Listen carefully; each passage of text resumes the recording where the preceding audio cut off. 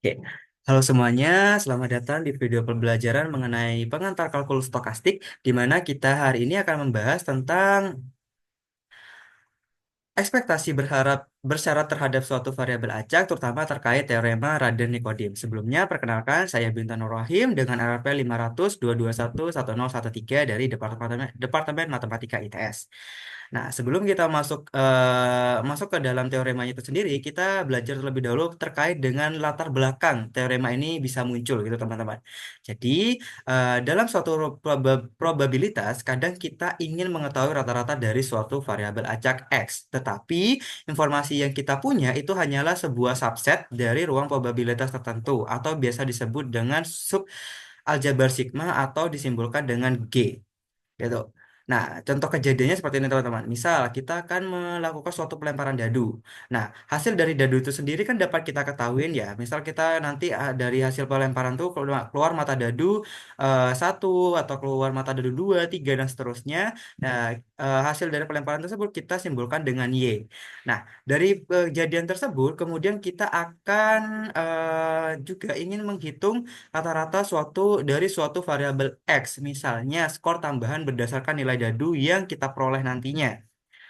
Nah, informasi yang kita punya dari kejadian tersebut hanyalah berasal dari Y itu sendiri atau hasil dari pelemparan dadu. Sementara rata-rata untuk X harus tergantung pada informasi dari Y itu sendiri. Nah, pertanyaannya nih, apakah selalu ada suatu fungsi variabel acak Z yang bisa menggambarkan rata-rata dari X, tapi hanya berdasarkan informasi di G itu sendiri atau dalam contoh tadi informasi dari Y atau hasil dari pelemparan dadu? Jawabannya ada dan dijamin bahwa Z itu selalu ada berdasarkan teorema yang akan kita bahas yaitu teorema Radon-Nikodym.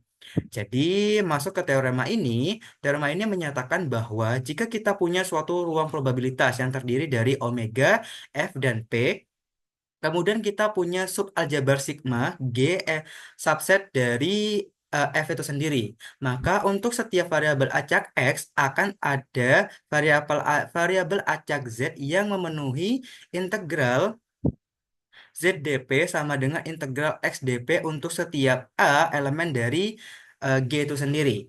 Jadi artinya apa nih teman-teman? Artinya rata-rata X di dalam setiap subset A dari G bisa direpresentasikan oleh rata-rata Z itu sendiri.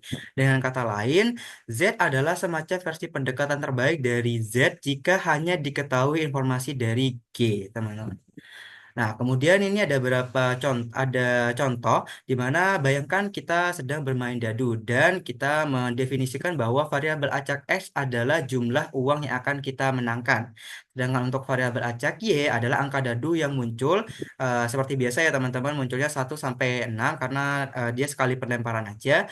Kemudian dari kejadian ini kita dapat ketahui bahwa yang bisa kita ketahui hanyalah Y itu sendiri karena di sini sudah pasti yang nanti muncul antara 1 sampai 6 itu sendiri, sedangkan informasi hanya terbatas pada nilai itu sendiri, nilai Y itu sendiri. Nah, berdasarkan teorema Radon-Nikodym tadi dinyatakan bahwa ada fungsi Z di mana Z itu sendiri sama dengan ekspektasi X bersyarat Y yang hanya bergantung pada Y, informasi yang kita punya, dan memenuhi sifat bahwa rata-rata nilai X diberikan Y itu sama dengan rata-rata Z diberikan oleh Y itu sendiri. Contoh konkretnya, misalkan diketahui nanti X-nya adalah Y kuadrat, maka Z akan menjadi ekspektasi bersyarat di mana ekspektasi X bersyarat Y atau ekspektasi X diberikan Y sama dengan ekspektasi Y kuadrat sama diberikan Y atau sama dengan Y kuadrat itu sendiri di mana Y kuadrat yang nantinya bergantung pada Y sendiri.